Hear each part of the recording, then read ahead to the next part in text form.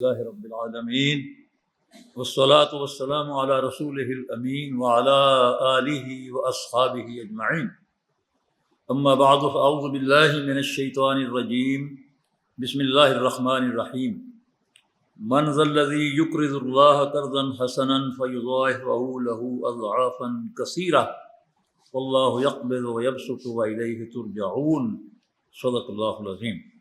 وقال النبی صلی اللہ علیہ وسلم ان اللہ سبحانہ وتعالی یقول یا ابن آدم انفق انفق علیک۔ وقال النبی صلی اللہ علیہ وسلم واللہ ما نقص مال من صدقہ او کما قال النبی علیہ الصلوۃ والسلام۔ قابل احترام دوستو، بھائیو اور عزیزو، محترم ذمہ داران جماعت، السلام علیکم ورحمۃ اللہ وبرکاتہ۔ آپ لوگوں نے لمبا سفر کیا ہے، کل آئے ہیں آپ، اور اب آج بھی دن بھر پروگرام رہے ہیں، لیکن وقفہ بھی آپ کو ملا اور آپ نے آرام بھی کر لیا نماز عصر سے پہلے۔ تو اب ذرا میرے ساتھ رہیے گا، مجھے اکیلا نہ چھوڑیے۔ میں کیا کہہ رہا ہوں جی؟ میرے ساتھ رہنے کا مطلب کیا ہے جی؟ جاگتے رہنا، جاگتے رہنا، نیند میں غفلت میں نہ پڑ جانا۔ تھوڑا سا وقت ہے، کوئی زیادہ لمبی مدت نہیں ہے، اس میں جاگتے رہیے۔ اچھا، میں اپنی گفتگو شروع کرنے سے پہلے اگر یہ گستاخی نہ سمجھیں تو میں گزارش کروں گا کہ مجھے بتایا جائے کون کون سے اضلاع شریک ہیں۔ میرا خیال ہے اس میں کوہاٹ ہے، بنو ہے، کرک ہے اور لکی مروت ہے، ڈیرہ اسماعیل خان۔ اچھا ٹھیک ہے، ڈیرہ اسماعیل خان۔ تو کتنی تعداد ہے جی؟ ذرا بتائیے نا، اس میں تو لکھا ہے۔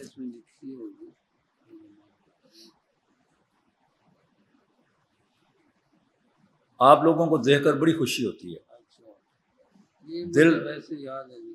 80 افراد جو ہیں وہ ڈیرہ اسماعیل خان سے ہیں، 80 افراد ڈیرہ اسماعیل خان سے، ماشاء اللہ۔ اور 60 افراد جو ہیں لکی مروت سے ہیں جی اور 32 افراد جو ہیں وہ کوہاٹ سے ہیں جی اور 22 افراد کرک سے ہیں اور 12 افراد بنو سے ہیں جی۔ اور لکی مروہ سے 32؟ جی کوہاٹ سے بنو، کوہاٹ لکی مروت نہیں، یہ تو ڈیرہ اسماعیل خان کا نا 80۔ ڈیرا ہو گیا نا، یہ کوہاٹ ہے، یہ کر کے یہ لکی مروت 60 ہے، یہ لکی ہو گیا، ٹھیک ہے۔ یہ کوہاٹ ہے جی یہ بنو ہے، نہیں اسی طرح یہی ہے۔ باقی یہ کون سا، یہ کون سا ہے؟ بنو کے 12، یہ کرک ہے، یہ کرک ہے، کرک اچھا کرک ہے، کرک۔ کل 218 افراد۔ کوہاٹ کے کتنے ہیں؟ کوہاٹ کے 32 ہیں۔ اچھا بھائی دوستو، کوہاٹ ضلع سے ان کے ریکارڈ کے مطابق 32 ساتھی آئے ہیں۔ ذرا ہاتھ تو کھڑے کر لیں کوہاٹ والے۔ اچھا ماشاء اللہ، کتنے ہیں جی؟ 4 5 6 7 8 9 10 11 12 13 14 15 16 17 18 22 23 ہیں، 23۔ یہ بھی ہے،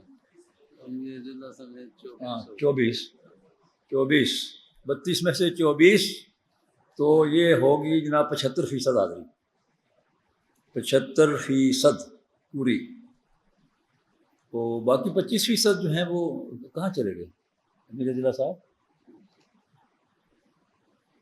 جب چرواہا اپنی بکریوں کو لے کر نکلتا ہے، کبھی دیکھا ہے اس کو؟ دیکھا ہے نا، اپنی بکریوں کا اس کو پورا حساب ہوتا ہے۔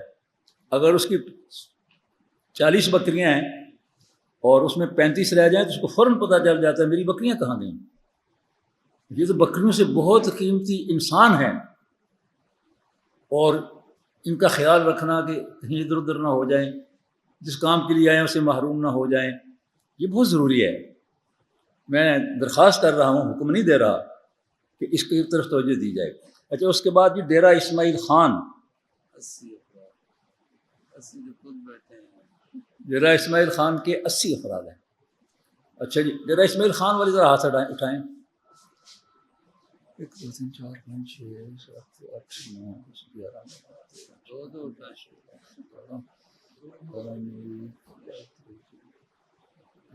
2 تک بھی نہیں پورے ہوتے۔ 34 ہیں جی، 34۔ بعض دوستوں نے 2 ہاتھ اٹھائے ہوئے تھے، اس کے باوجود جو گنے ہیں تو 35 بنتے ہیں بھائی۔ 80 میں سے 35 تو یہ حاضری ہو گئی 42%۔ 42%۔ امیر ضلع ہیں منظر خٹک صاحب۔ اچھا خٹک صاحب، آپ تو ماشاءاللہ جوان بھی ہیں، مضبوط بھی ہیں، آپ کے اتنے ساتھی جو ہیں وہ غائب ہو گئے۔ کوئی مقدمہ درج کروایا ہے؟ نہیں جی یار یہ تو بات اچھی نہ ہوئی نا۔ آپ برا نہ منائیے، یہ ضروری ہے، یہ میرا فرض ہے۔ میں اگر یہ نہیں کروں گا تو میں نااہلی میری ہوگی، اور اگر میں یہ پوچھوں گا تو میں اپنا فرض ادا کروں گا۔ تو میں محبت سے پوچھ رہا ہوں، میں سرزنش اور سزا کے لیے نہیں، نصیحت کے لیے کہہ رہا ہوں، خیر خواہی کے لیے کہہ رہا ہوں۔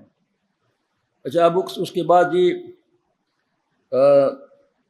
ضلع کرک 22، ضلع کرک کے 22 ساتھی۔ یار جنہوں نے پہلے ہاتھ اٹھائے ہیں وہ تو نہیں اٹھا رہے۔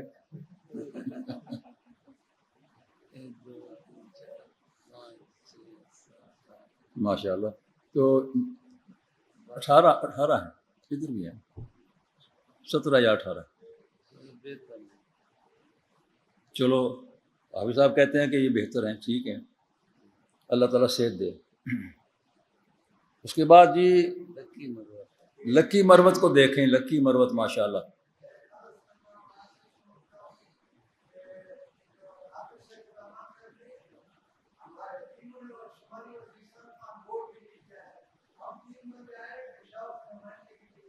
وہ خیر ٹھیک ہے، آپ تو 3 ہیں نا۔ ماشاء اللہ پشاور والے 3، پشاور والے 3 نہیں بھائی، پشاور والے بھائی، پشاور والے نہیں ہیں، پشاور والے 3 کون سے ہیں؟ ہاں وزیرستان سے ہیں، شمالی وزیرستان سے۔ اچھا بات یہ ہے کہ دوستوں نے ٹھیک نہیں کیا کہ کئی دوستوں نے 1 سے زیادہ مرتبہ ہاتھ اٹھائے۔ یہ بھی اس تربیت گاہ کے آداب کے، اس کی روح کے منافی بات ہے۔ ہم دیانت داری ہماری پہچان ہے، اور یہ دیانت داری ہے، یہ کوئی مذاق نہیں ہے کہ ایک بوڑھا آدمی بیٹھا بوڑھوں سے اور بچوں سے اور جوانوں سے مذاق کر رہا ہے، نہیں، وہ ایک اچھی بات اور ایک لازمی اور ضروری بات جو اس کی طرف متوجہ کر رہا ہے، اس پر غور کرنا چاہیے، یہ بھی تربیت کا حصہ سمجھیے۔ پھر یہ باقی جو ہیں ان کو ہم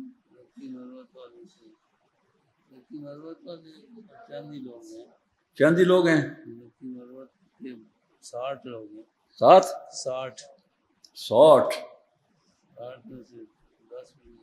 اچھا لکی مروت والے کتنے ہیں؟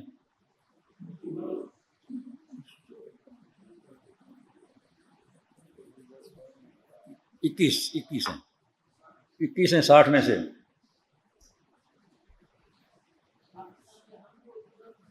جی ہنگو اور کرم ایجنسی سے بھی کچھ 2-4 لوگ ہیں۔ ٹھیک ہے، لیکن یہ لکی مروت والوں کا دیکھیں نا، 60 میں سے 18 20۔ یہ تو ہر پروگرام میں ان کو توجہ میں دلاتا رہا، اب یہ کہیں کہ حافظ صاحب نے بھی آ کے ہمیں توجہ دلانا شروع کر دی۔ آپ تو دلاتے رہے ہیں لیکن اس کا نتیجہ نہیں نکلا نا۔ نہیں مطلب یہ نتیجہ نکلنا چاہیے نا جی۔ یہ لوگ تو پہلے پروگراموں میں شریک رہے، آپ لوگ جو بیٹھے ہوئے ہیں نا ماشاء اللہ، آپ کو نہیں کوس رہے، آپ کو متوجہ کر رہے ہیں کہ آپ کا مقام ہے کہ آپ باقاعدگی کے ساتھ حاضر ہوتے ہیں، شریک ہوتے ہیں۔ اب یہ بھی ذمہ داری ہے کہ دیکھیں آس پاس آپ کے ساتھیوں میں سے کون نہیں ہے، معلوم کریں کہاں گیا ہے، کیوں نہیں آیا۔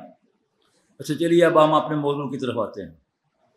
اللہ تبارک و تعالیٰ کا ارشاد ہے، اے لوگوں جو ایمان لائے ہو، خرچ کرو اس میں سے جو ہم نے تم کو عطا کیا ہے، ہم نے دیا ہے، اور ہم کہہ رہے ہیں کہ اس کو خرچ کرو ہمارے راستے میں، قبل اس کے کہ موت آ جائے اور پھر کوئی دوستی اور کوئی سرپرستی کسی کے کام نہ آئے، نہ کوئی شفاعت کر سکے۔ اور کافر جو ہیں وہ تو ظالم ہیں، تم تو اہل ایمان ہو، تم اللہ کے راستے میں خرچ کرو۔ اور رسول اللہ صلی اللہ علیہ وسلم نے ارشاد فرمایا کہ اے اللہ تعالیٰ فرماتا ہے، اے ابن آدم، ہم کون ہیں؟ ابن آدم، ہم ابن آدم ہیں نا۔ اے ابن آدم، تمام اولاد آدم کو مخاطب کیا، تم میرے راستے میں خرچ کرو، میں تمہارے اوپر خرچ کروں گا۔ اس کو کہتے ہیں بلینک چیک، اس کی طرف سے، اور بلینک چیک اس نے دیا، جتنا مرضی لکھ لو اس کے اوپر، ملے گا۔ میرے راستے میں خرچ کرو، میں تم پر خرچ کروں گا، اور وہ کتنے گنا بڑھاتا ہے؟ 700 گنا تک بڑھاتا ہے۔ نبی اکرم صلی اللہ علیہ وسلم نے اپنی ایک حدیث میں یہ بھی فرمایا، میں قسم کھاتا ہوں کہ کبھی بھی صدقہ کرنے سے، خیرات کرنے سے، اللہ کے راستے میں خرچ کرنے سے مال میں کمی نہیں ہوتی۔ بظاہر تو آپ سمجھیے میرے پاس 100 روپیہ، میں نے 40 دے دیے تو 40 کم ہو گئے، 60 رہ گئے باقی۔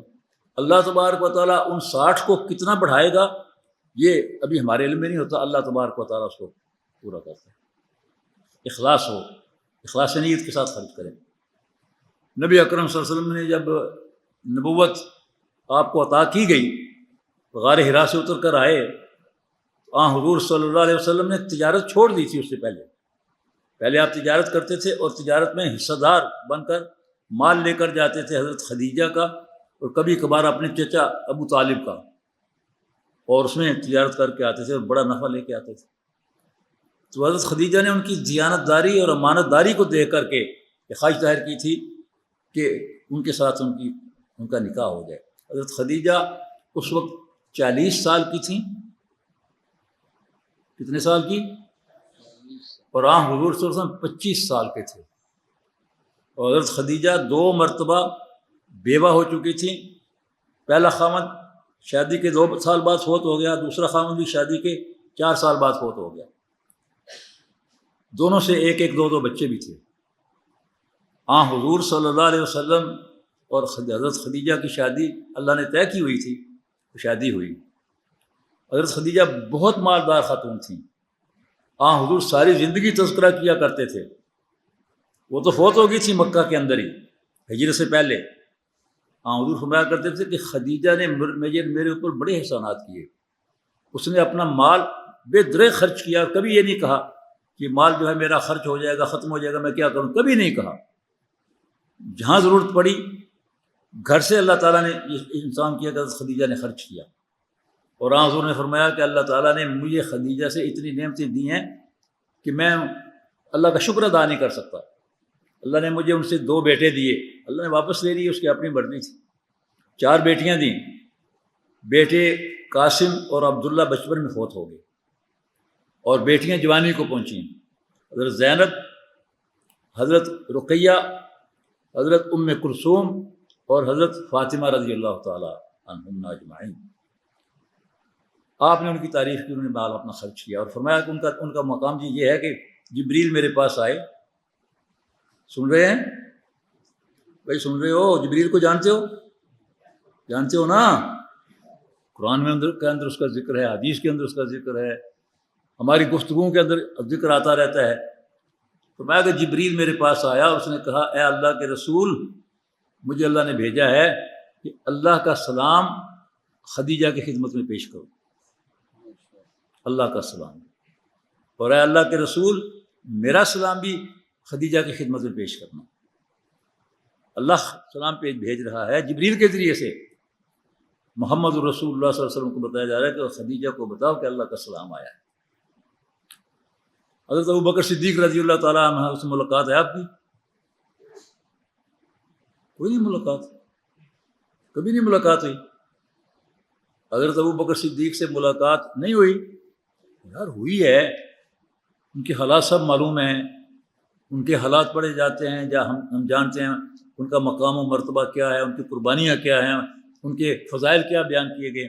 حضرت ابوبکر صدیق بہت مالدار تاجر تھے، اور مکہ کے اندر جو غلام اور کنیزیں اسلام میں داخل ہوتی تھیں اور ان کے مالک ان پر ظلم ڈھاتے تھے، ابو بکر صدیق رضی اللہ تعالیٰ عنہ ان کو خرید کر آزاد کرتے تھے۔ حضرت بلال کو بھی انہوں نے آزاد کیا۔ اسی طرح سے حضرت زنیرہ رضی اللہ تعالیٰ عنہ، بہت سی خواتین تھیں، بہت سے مرد تھے جن کو انہوں نے خرید کر آزاد کیا۔ ان کے والد ابھی مسلمان نہیں ہوئے تھے، بوڑھے آدمی تھے ابو قحافہ، اور وہ کوستے تھے حضرت ابوبکر صدیق کو، مسلمان نہیں ابھی ہوئے تھے، وہ فتح مکہ کے وقت میں مسلمان ہوئے۔ کہتے تھے ابو بکر تم یہ بے سہارا قسم کی یہ خواتین جو ہیں ان کو مال خرچ کر کے ان کو رہا کرتے ہو، آزاد کرتے ہو، تم طاقتور نوجوانوں کو آزاد کرو تاکہ تمہاری قوت بنے، ایسے غلام کے جو طاقتور ہوں۔ انہوں نے کہا ابا جی میں نے کبھی بھی اپنی ذات کے لیے یہ پیسہ خرچ نہیں کیا، میں خرچ کرتا ہوں ابتغاء مرضات اللہ، اللہ کی رضا کے لیے۔ اور اللہ تبارک و تعالیٰ نے سورہ واللیل میں اس کے آخر میں یہ آیت نازل کی کہ اللہ کا وہ بندہ ينفق ماله يتزكى وما لأحد عنده من نعمة تجزى إلا ابتغاء وجه ربه الأعلى ولسوف يرضى۔ حضرت ابوبکر صدیق کی شان میں یہ آیت نازل ہوئی، میرا وہ بندہ کتنا پیارا ہے مجھے کہ جو اپنا مال خرچ کرتا ہے، پیش نظر اس کے کیا ہے؟ اللہ کی رضا ہے، اللہ کو راضی کرنے کے لیے۔ پھر حضرت ابوبکر صدیق نے بے انداز مال خرچ کیا، بے مثال قربانیاں دیں۔ نبی اکرم صلی اللہ علیہ وسلم ایک مرتبہ مدینہ منورہ میں ہجرت کے بعد اپنے حجرے کے سیر میں لیٹے ہوئے تھے، عائشہ صدیقہ آپ کے ساتھ تھیں، آسمان پر ستارے چمک رہے تھے۔ آسمان پر ستارے چمکتے ہوئے کبھی دیکھے ہیں؟ دیکھے ہیں؟ شہروں میں تو نہیں اس کا کوئی موقع ملتا، دیہات میں جائیں تو وہاں واقعی آسمان صاف ہو تو ستارے رات کو نظر آتے ہیں۔ حضرت عائشہ نے سوال کیا، سوال بھی دیکھیے ان لوگوں کے کتنے عظیم ہوتے تھے، یا رسول اللہ صلی اللہ علیہ وسلم کوئی اللہ کا بندہ ایسا ہے کہ جس کی نیکیاں ان ستاروں کے برابر ہوں، ان ستاروں کے برابر ہوں؟ آپ نے فرمایا ہاں۔ یا رسول اللہ کون ہے؟ کہا عمر بن خطاب۔ ان کو جانتے ہیں؟ جانتے ہیں، عمر بن خطاب۔ حضرت عائشہ تھوڑی دیر خاموش رہیں، پھر کہا یا رسول اللہ آپ نے کہا کہ عمر بن خطاب کی نیکیاں ستاروں کے برابر ہیں، آپ نے ابو بکر صدیق کا نام تو نہیں لیا۔ آپ نے فرمایا او عائشہ کیا بات کرتی ہو، ابو بکر صدیق کی تو اس ایک رات کی نیکیاں جو اس نے میرے ساتھ مکہ سے نکل کر غار ثور تک سفر کیا تھا وہ ان ستاروں سے زیادہ ہیں۔ اور حضرت عمر کئی مرتبہ کہا کرتے تھے کہ کاش ابو بکر کی ایک دن کی نیکیاں مجھے مل جائیں اور میری ساری نیکیاں وہ لے لیں۔ وہ اس میں مال بھی خرچ کیا تھا، جان بھی خرچ کی تھی، سب کچھ خرچ کیا تھا، اپنے غلام اور اپنے بیٹے دونوں کو حکم دیا تھا، غلام عامر بن فہیرہ اور بیٹا محمد بن ابو بکر، نہیں عبداللہ بن ابو بکر، عبداللہ بن ابو بکر۔ کہا کہ عبداللہ بکریاں چراتے چراتے جس راستے پر ہم جائیں گے نا اس کے پیچھے بکریوں کو لے کے چلنا تاکہ ہمارے پاؤں کے نشانات جو ہیں وہ مٹ جائیں، اور ریس کرتے رہے۔ اور عامر بن فہیرہ کو کہا کہ فہیرہ بن عامر کو کہا کہ ایک اونٹنی دودھ والی جو ہے اس کے اوپر سوار ہو جاؤ اور راستے میں ہمیں جہاں ضرورت پڑے ہمیں وہ دودھ دینا۔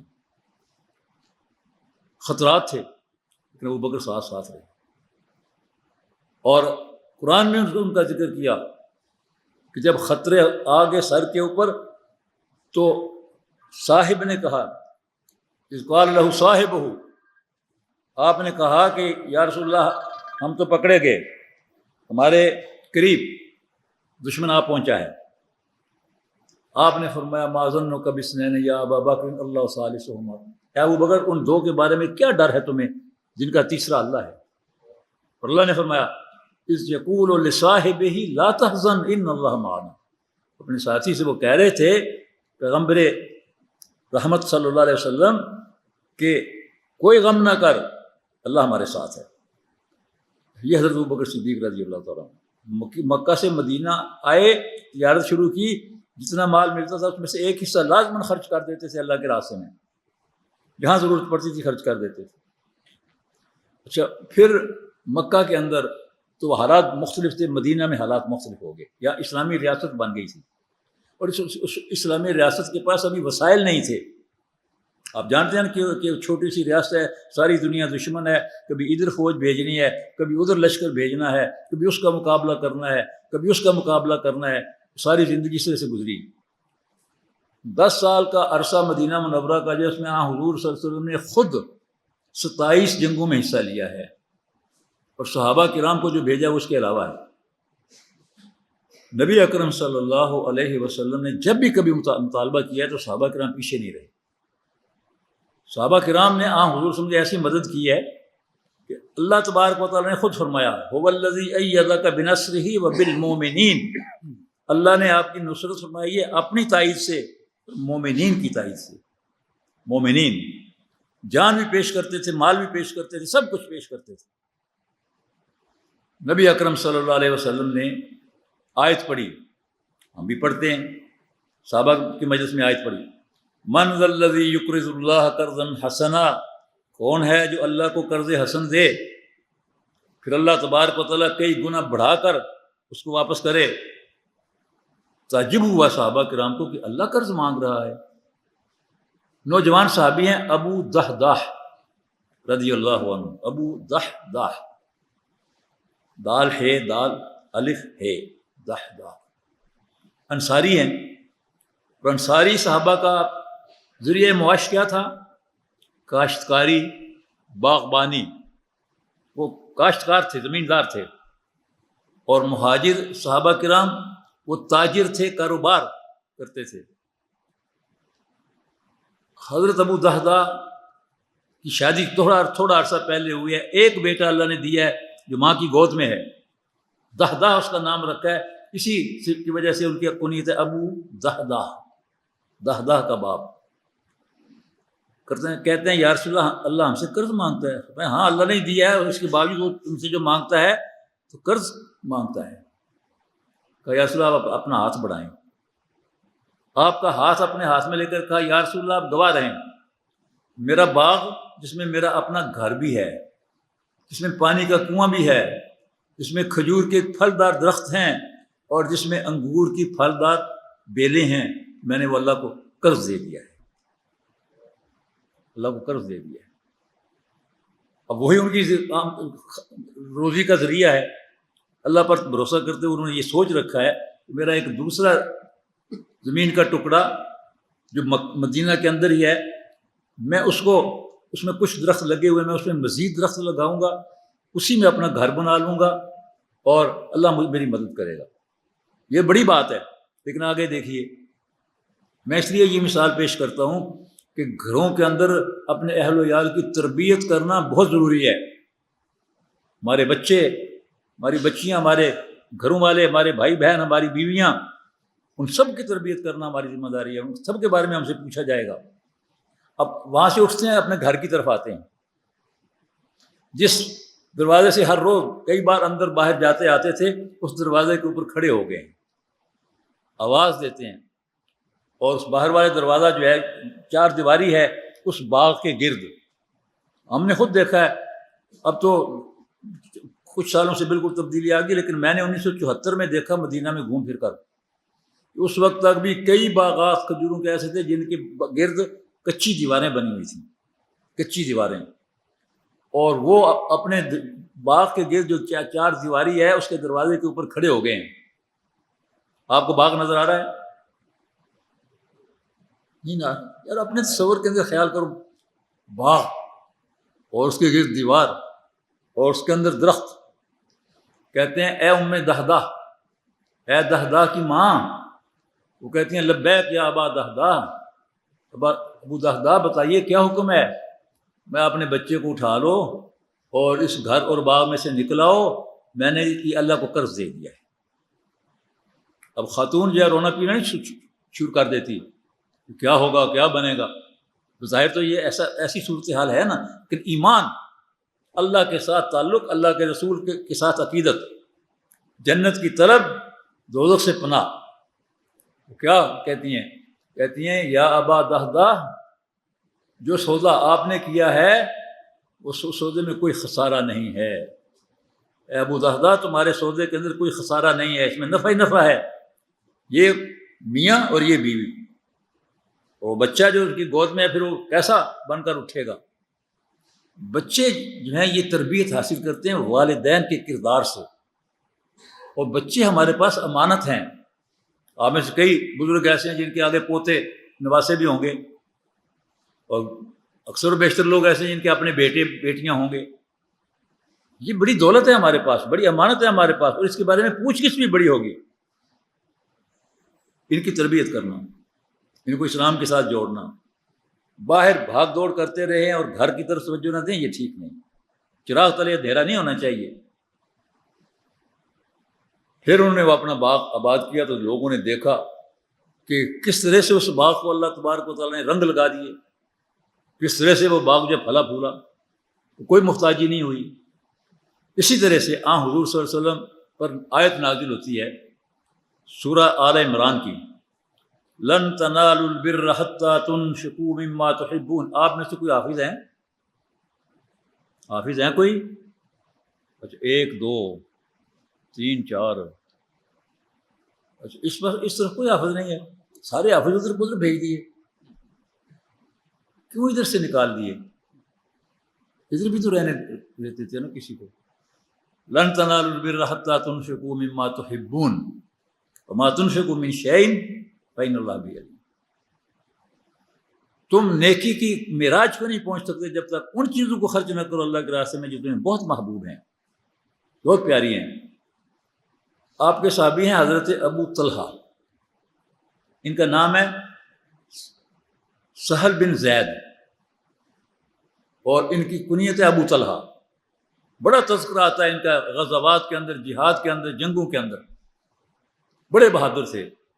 حضور نے فرمایا کہ کسی ہمارے لشکر کے اندر ابو طلحہ ہو اور وہ للکارا سمجھتے ہیں، دشمن کو للکارے آ جاؤ میرے مقابلے پر، تو 100 جنگجوؤں سے زیادہ دشمن پر ہیبت طاری ہو جاتی ہے۔ 100 جنگجوؤں سے جتنا خوف پیدا ہوتا ہے اس کی ایک للکار سے اس سے زیادہ دشمن پر ہیبت طاری ہوتی ہے میدان جہاد کے اندر، قتال کے اندر۔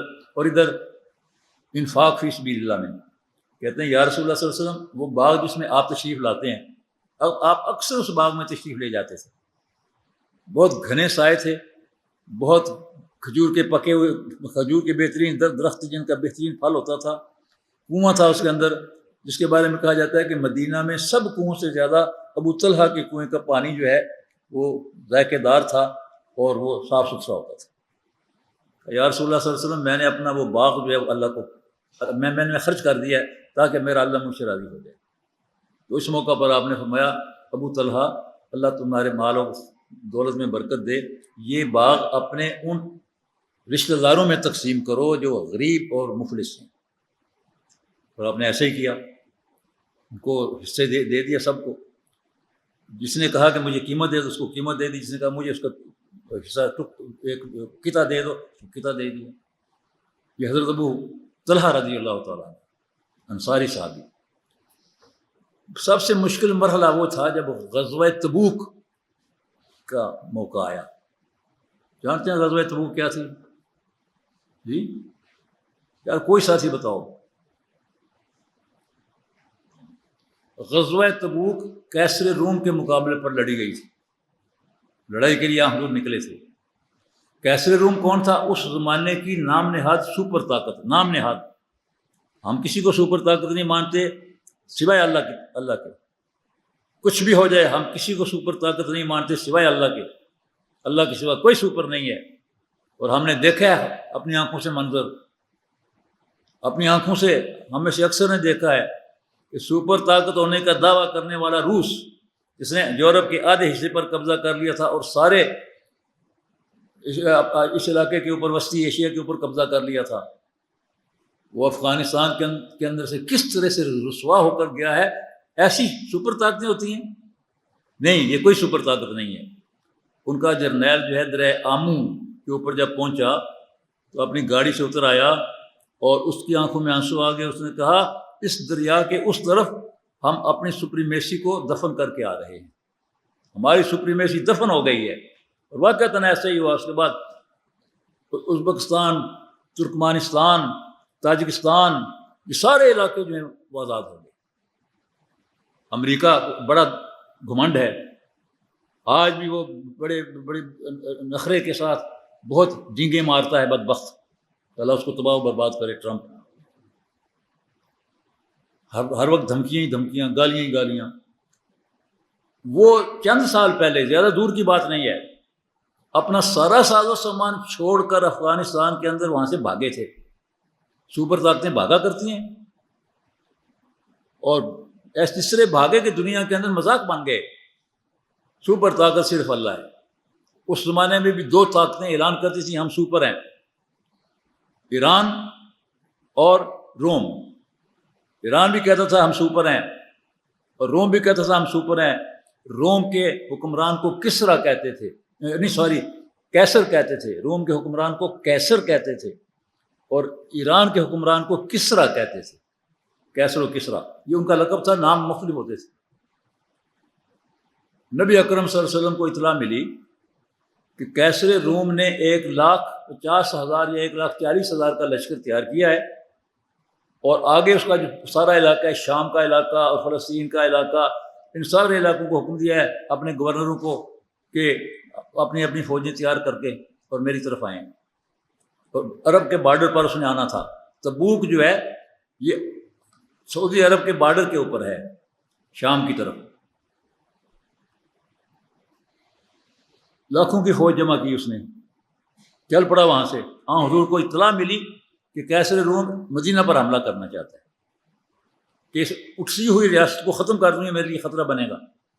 اور بات ٹھیک تھی، اس کے لیے خطرہ تھا۔ اسلام باطل کے لیے خطرہ ہے، اسلام طاغوتی قوتوں کے لیے خطرہ ہے، اور اگر خطرہ نہیں ہے تو پھر اہل اسلام جو ہیں ان کا ایمان مشکوک ہے۔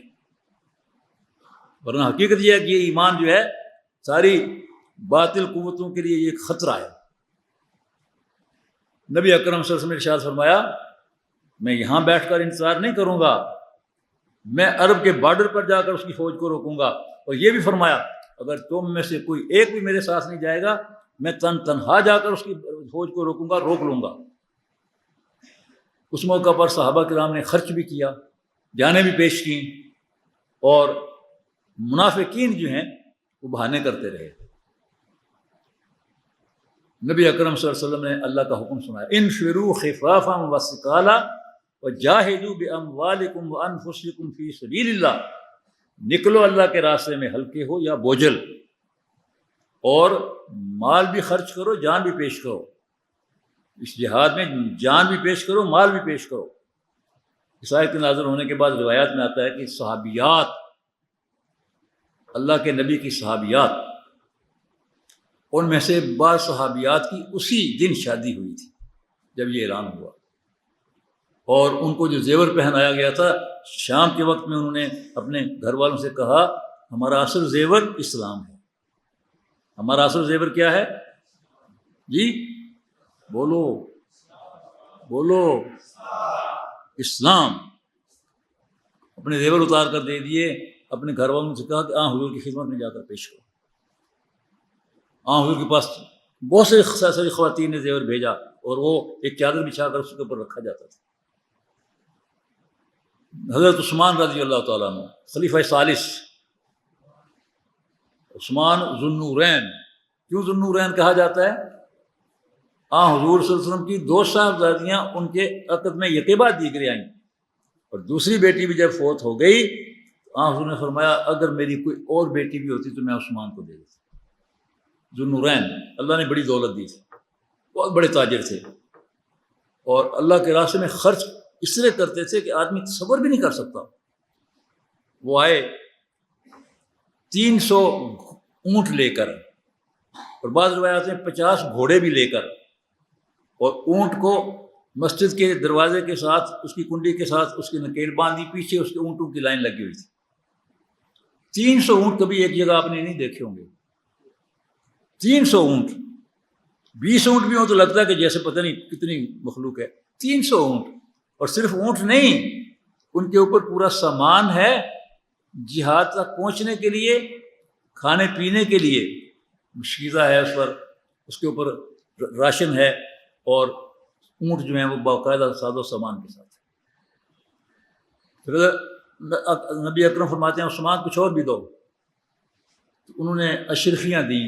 اشرفی سونے کا سکہ تھا، سونے کا. درم جو ہے یہ چاندی کا سکہ تھا، اور دینار جو ہے جس کو اشرفی کہتے ہیں یہ سونے کا سکہ تھا. 300 اشرفیاں. فرمایا عثمان اور ڈالو. 300 اور دیں، اور ڈالو. 300 اور دے دیں. اور نبی اکرم صلی اللہ علیہ وسلم مسجد سے باہر نکلتے ہیں. اونٹ جو مسجد کے دروازے کے ساتھ باندھا ہوا ہے اس کی گردن پر آپ ہاتھ پھیرتے ہیں. کون سے ہاتھ؟ رسالت میں آپ صلی اللہ علیہ وسلم کے ہاتھ. گردن اونٹ کی ہے لیکن یہ جہاد والا اونٹ ہے. یہ مجاہد ہے اونٹ. یہ مجاہدین کو لے کر جانے والا ہے. ہاتھ پھیر رہے ہیں اور فرما رہے ہیں جبریل آیا کھڑا ہے. ہاں حضور تو نظر آ رہا تھا. فرمایا کہ جبریل کہہ رہا ہے اے اللہ کے نبی، عثمان آج کے بعد جو کچھ بھی کرے اللہ تبارک و تعالیٰ نے اس کو جنتی بنا دیا ہے. عثمان جنتی. درے خرچ. حضرت عبد الرحمن بن عوف بہت بڑے تاجر تھے حضرت عثمان کی طرح. انہوں نے بھی جب اعلان سنا تو جلدی جلدی تھیلیاں بھریں درم و دینار کی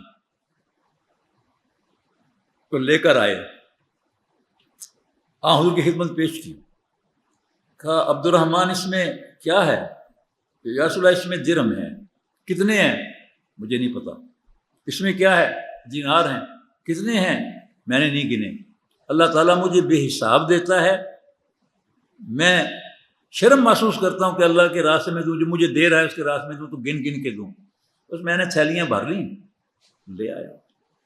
اللہ کے نبی بہت خوش ہوئے اور فرمایا بارک اللہ فیما آتیت، بارک اللہ فیما، جو تو نے دیا ہے اس کے اندر بھی اللہ تعالیٰ برکت دے، اور جو تو نے گھر میں چھوڑا ہے اس میں بھی اللہ تبارک و تعالیٰ برکت دے. یہ دعا دی ہے. اور جو بھی اللہ کے راستے میں خرچ کرے گا اللہ کے نبی کی دعائیں اس کے لیے موجود ہیں قیامت کے دن تک. حضور کی دعائیں ایک دور کے لیے یا ایک سال کے لیے نہیں تھیں.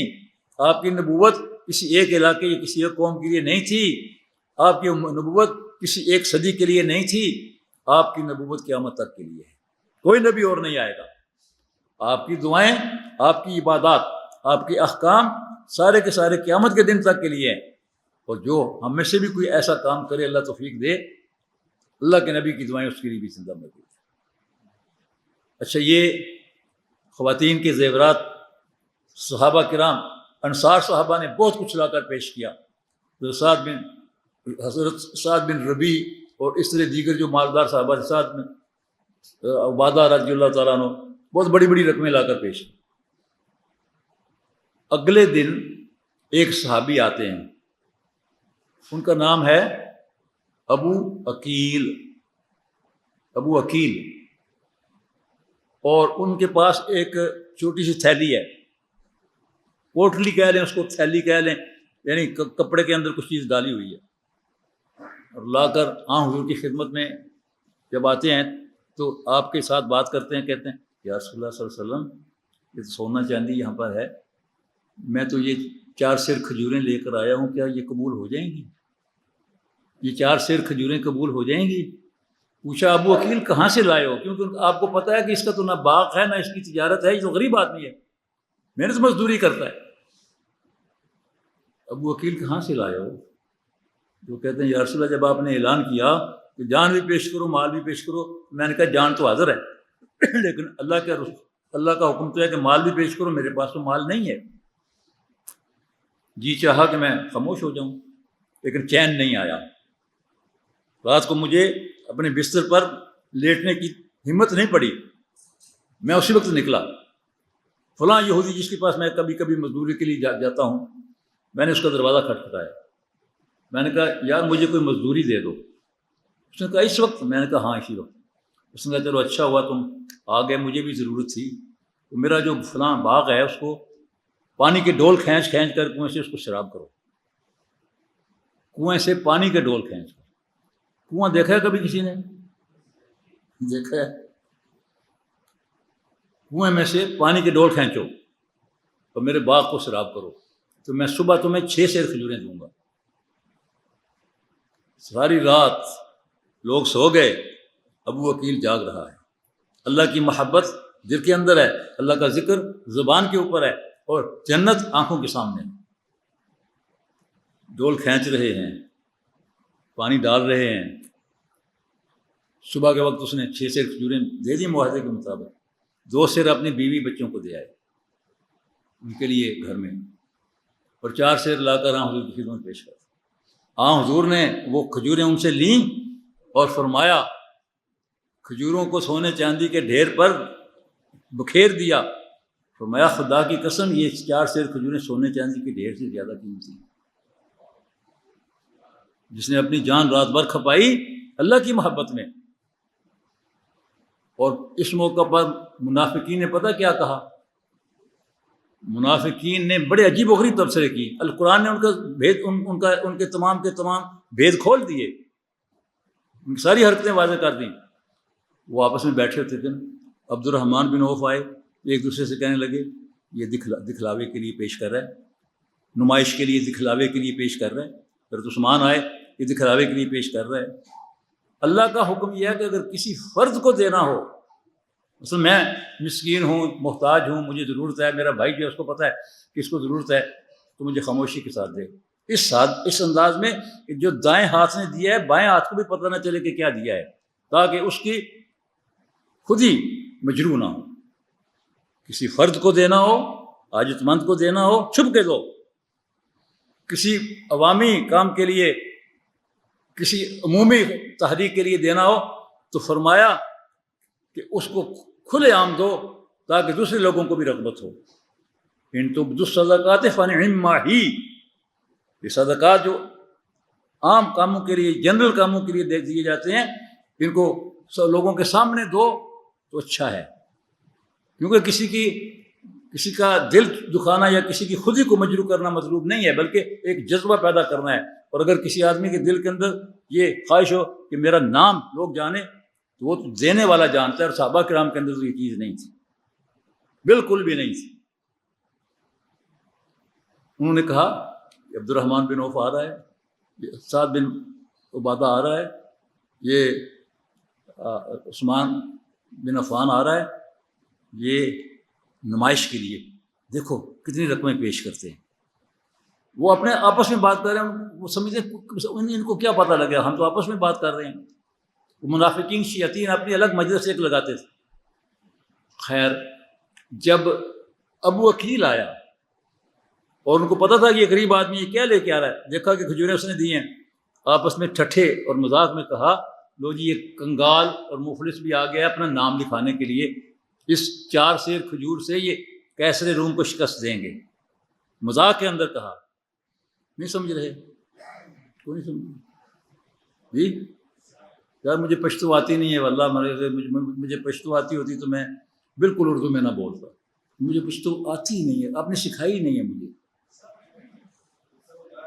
جی۔ تو اردو میں بات کر رہا ہوں، میری مادری زبان پنجابی ہے، میں نے پنجابی کا ایک لفظ بھی نہیں بولا، اردو ہماری قومی زبان ہے، میں اردو میں بات کر رہا ہوں۔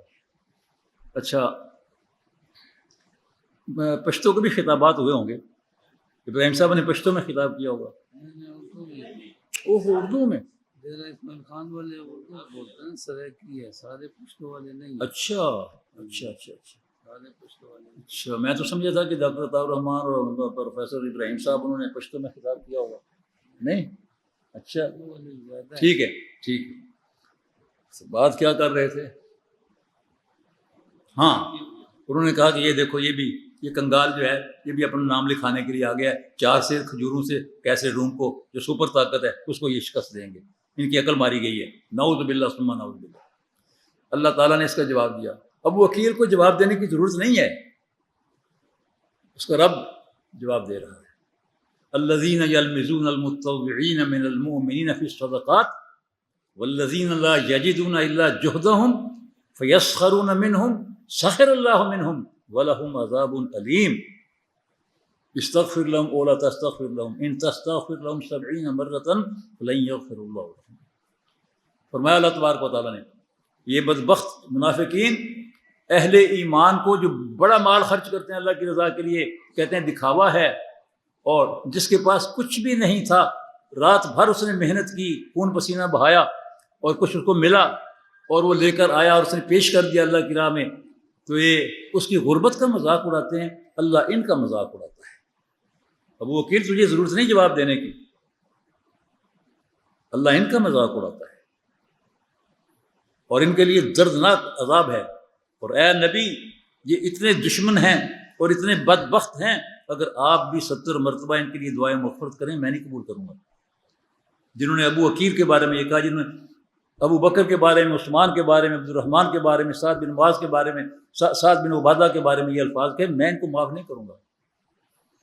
اللہ رب العالمین فرما رہا ہے اللہ والوں نے اللہ کے راستے میں ہمیشہ خرچ کیا ہے اور بے دریغ خرچ کیا ہے، اور کبھی اس بات کی فکر اور پرواہ نہیں کی کہ غربت آ جائے گی۔ غربت نہیں آتی اس سے، کیونکہ میں نے حدیث آپ کے سامنے پڑھی، اللہ کے نبی نے قسم اٹھا کر کہا کہ اللہ تبارک و تعالیٰ یہ کہتا ہے کہ صدقہ اور اللہ کے راستے میں انفاق کے نتیجے میں مال کم نہیں ہوتا، بڑھتا ہے۔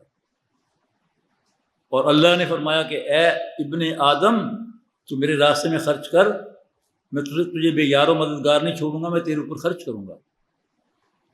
ہمارے دور کے اندر بھی ایسے لوگ الحمدللہ موجود رہے ہیں، اللہ تعالیٰ نے جن کو توفیق دی، غریب ہونے کے باوجود بھی انہوں نے اپنی استطاعت کے مطابق حصہ ڈالا، بہت مالدار ہونے کے باوجود انہوں نے حصہ ڈالا۔ اور ہمارے ایک ساتھی اللہ تعالیٰ ان کو قریب رحمت فرمائے، بہت بڑے صنعت کار تھے، بہت بڑے، اور وہ کہا کرتے تھے، بڑی اچھی بات کہتے تھے، وہ کہتے تھے کہ جب انسان مالدار ہوتا چلا جاتا ہے نا، مالدار، اس کی کیفیت ایسی ہوتی ہے جیسے مرغی بہت زیادہ موٹی ہو جائے، چربی چڑھ جائے اس کے اوپر تو انڈے نہیں دیتی۔ مرغی بہت زیادہ موٹی ہو جائے انڈے نہیں دیتی، دولت بہت زیادہ بڑھ جائے تو آدمی کا ہاتھ کھلتا نہیں ہے، لیکن اللہ جس کو توفیق دے اس کا ہاتھ کھلا ہوتا ہے، اور جوں جوں اللہ دولت بڑھاتا ہے اس کا ہاتھ اور کھلتا چلا جاتا ہے۔ اور وہ واقعی ایسے ہی آدمی تھے، ہمیشہ کہا کرتے تھے میرے پاس جو دولت ہے وہ میری نہیں ہے، اللہ کی ہے، میرے پاس امانت ہے، میں جس چیز کو ہاتھ لگاتا ہوں اللہ تعالیٰ اس میں مجھے نفع ہی نفع دیتا ہے، میں اپنی انڈسٹری میں جس جانب کوئی شاخ کھولتا ہوں اللہ نفع ہی نفع دیتا ہے، میں امین ہوں اس کا، اس دولت کا، میں مالک نہیں ہوں، مالک وہ ہے۔ جی نام کے ساتھ نام بھی ماشاء اللہ۔ تو دیکھیے اللہ تبارک و تعالیٰ نے ہمیں جو کچھ بھی دیا ہے، تھوڑا ہے یا زیادہ ہے، اس میں اللہ کے راستے میں خرچ کرنا چاہیے، تھوڑا ہو تو بھی تھوڑا دیں، اپنے ضلع کی، اپنے مقام کی اعانت میں حصہ ڈالنا چاہیے، جتنی حیثیت ہے اس کے مطابق حصہ ڈالنا چاہیے۔ اور نبی اکرم صلی اللہ علیہ وسلم جب جانے لگے کیسر روم کے مقابلے پر 30,000 فوج تھی، صحابہ کرام تو 313 تھے، اور ایک بڑے لشکر کو انہوں نے چنے چبا دیے تھے۔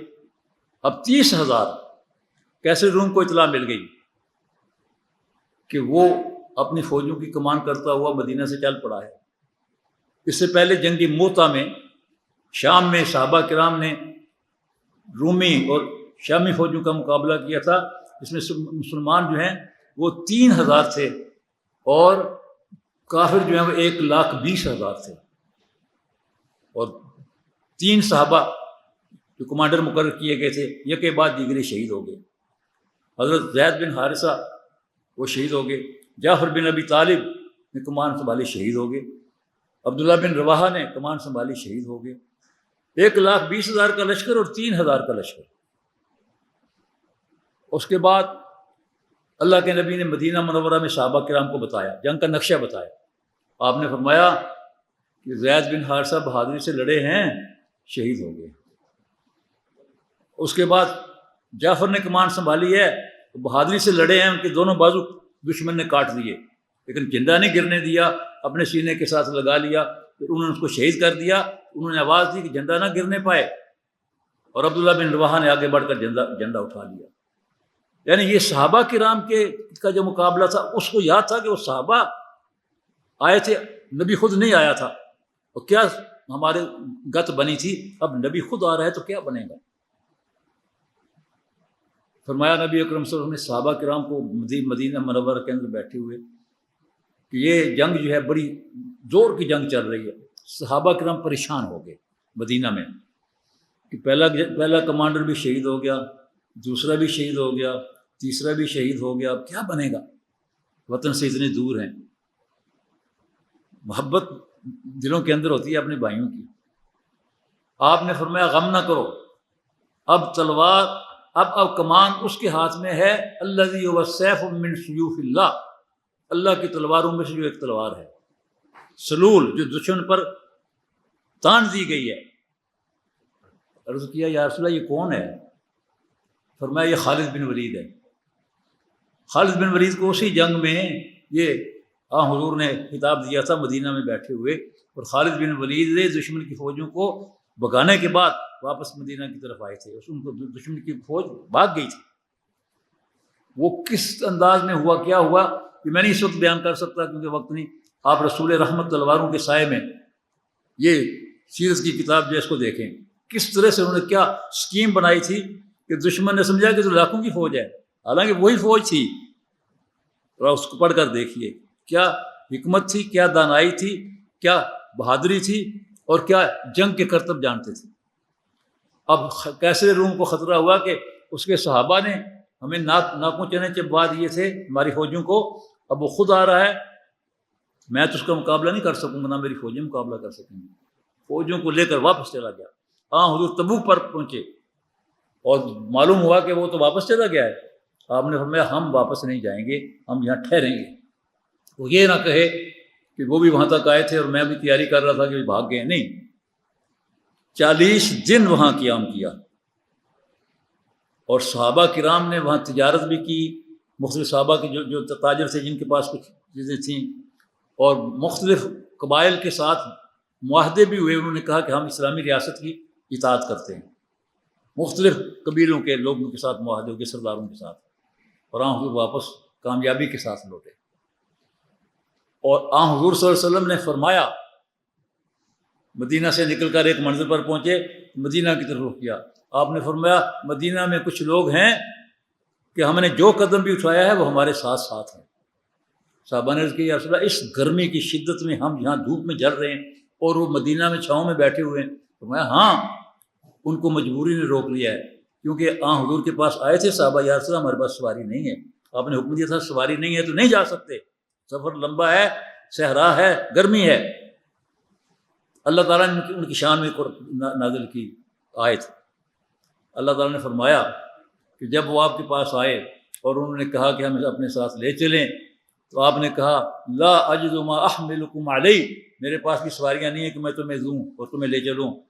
تولوا واعینہم تفیض من الدم حزنا الا یجدوا ما ينفقون، تو ان کے آنکھوں میں آنسو آ گئے. یعنی یہ خطرہ جو ہے، یہ نہیں سوچا کہ ہم خطرے سے بچ کر بیٹھ گئے تو اچھا ہے، نہیں، آنکھوں میں آنسو آ گئے کہ ہم محروم رہ جائیں گے اس سعادت سے. ان کی آنکھوں سے آنسو گرنے لگے.